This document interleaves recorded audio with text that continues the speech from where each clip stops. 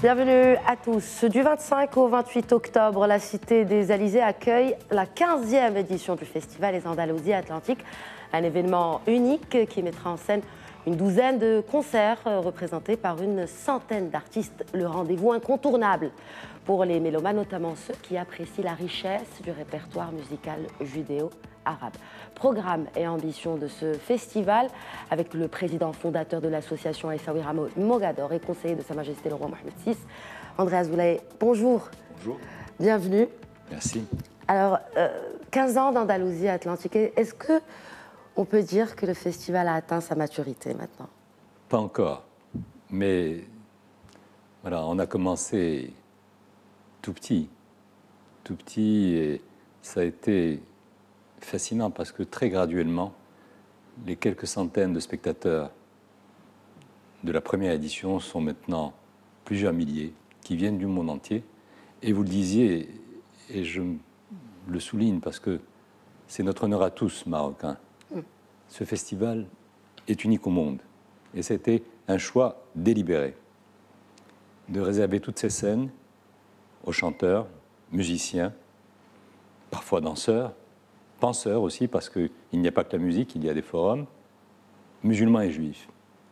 Et je ne connais pas d'autres événements dans le monde, en Méditerranée, en islam, dans le judaïsme, où justement nos deux spiritualités, nos deux civilisations, enracinées dans leur marocanité qui est 3 fois millénaire, se retrouvent ensemble pour chanter ensemble, pour jouer de la musique ensemble.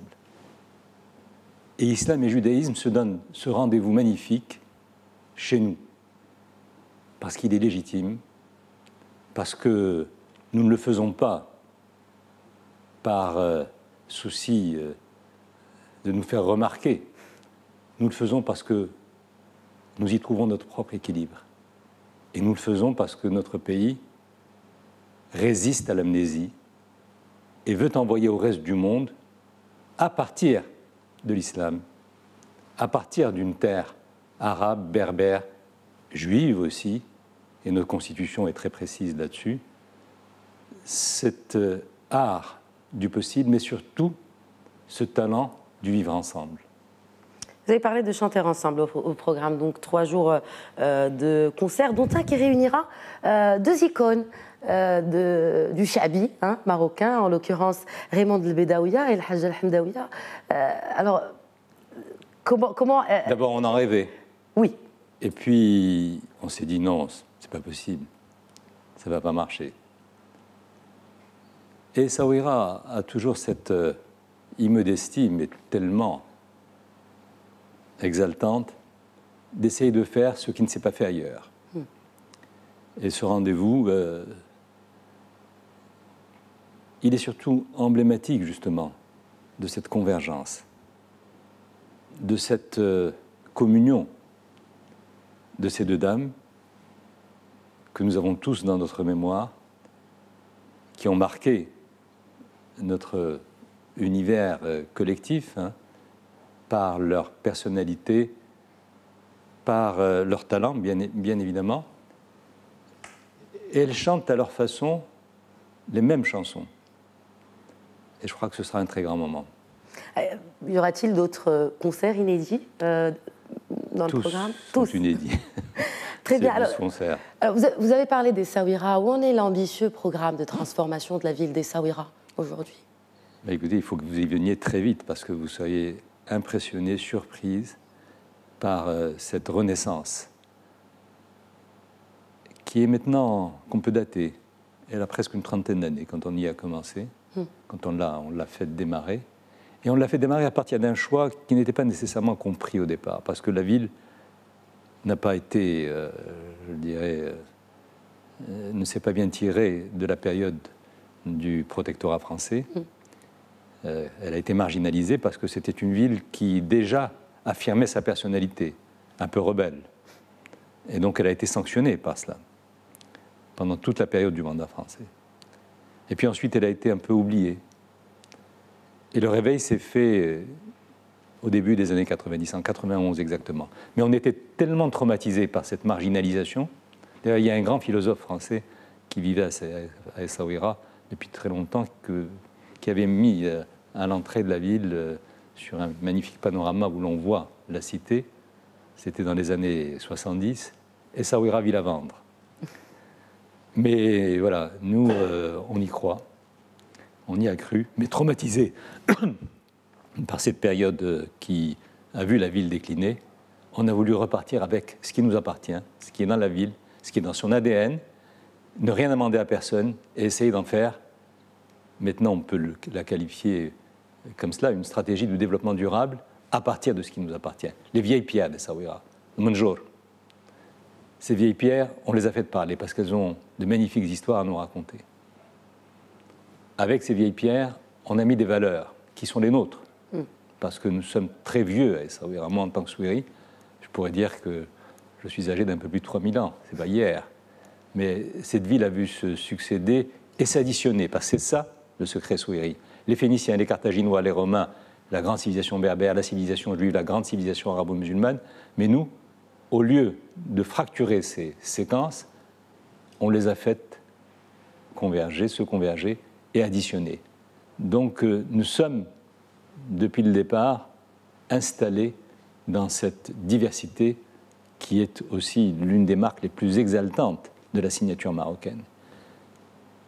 Donc on est parti des pierres, des valeurs, de l'histoire, et on y a ajouté la culture.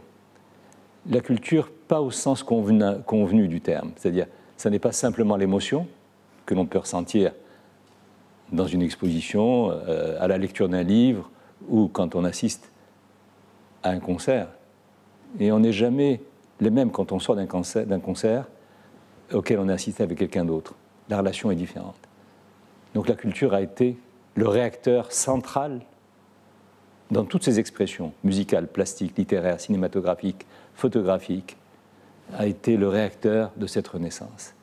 Et c'est pour cela que on en est, je ne suis pas fier, mais on en est très heureux parce que cette renaissance s'est faite à partir de ce qui fait le terreau Souiri, appuyé par la puissance et l'État, la puissance publique, soutenu par nos souverains. Et le résultat est là. Vous savez, quand on a commencé, il y avait moins d'une dizaine d'hôtels à Essaouira. Aujourd'hui, ils sont plus de 300. Petits pour 2 tiers, des riads de 10 à 20 chambres, et un tiers de 20 à 300 chambres. Et il n'y a pas que le tourisme. Il y a cette perception, cette appropriation et cette consolidation d'Essaouira dans les choix qu'elle a faits au départ pour repartir, c'est-à-dire ces valeurs dont nous voulons qu'elles soient partagées le plus loin possible, au-delà des rivages d'Essaouira. Au Maroc, Essaouira aujourd'hui, je crois, est connu, mais les millions de Marocains qui n'étaient jamais venus à Essaouira avant que cette renaissance ne s'amorce, moi ça m'avait à l'époque tellement choqué, attristé, qu'on s'est dit c'est pas possible que ça reste comme cela. Donc aujourd'hui c'est une bataille gagnée. Et c'est la volonté de la société civile Souiri, parce que c'est une démarche qui est collective. Et les résultats sont ceux de tous. Mais nous sommes dans une étape qui est décisive, parce que il y a des tas de forteresses qu'on a essayé de conquérir, et on s'est cassé les dents. On n'a pas réussi. Essaouira n'a pas d'université, pas encore suffisamment, une petite université qui est remarquable, enfin un petit espace qui accueille un millier d'étudiants et qui a de très excellents résultats, mais ça n'est pas possible de condamner les enfants d'Essaouira à s'exiler pour aller faire leurs études ailleurs, parce qu'on sait qu'ils ne reviendront pas pour le plus grand nombre. Je souhaiterais parler de dialogue interculturel.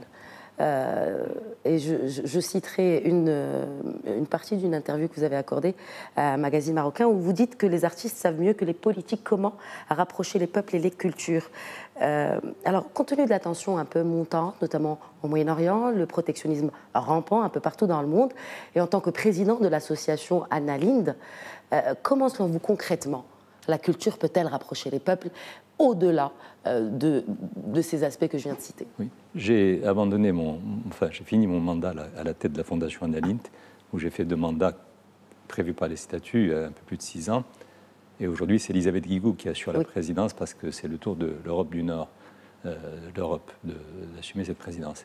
Donc, comme je vous le disais tout à l'heure, nous avons fait ce choix de la culture, pas sur le mode convenu. La culture, on l'a invitée au grand banquet, qui est celui dont nous avons tous besoin aujourd'hui, et pour lequel on invite chaque fois qu'on le peut le maximum d'invités, le banquet de la pensée.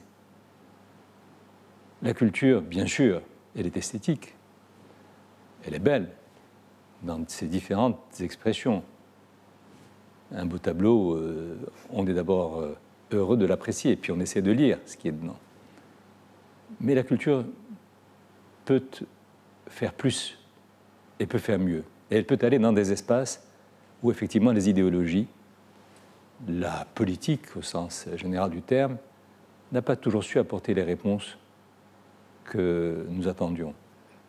En termes de dignité, en termes de justice accordée à tous les autres, en termes de liberté de parole pour les uns et les autres, quand ils ne sont pas d'accord, d'être ensemble pour en débattre, avec aussi l'ambition et l'espoir de faire s'agréger le plus largement possible le maximum de ceux qui viennent à Essaouira autour de ces valeurs que je citais tout à l'heure.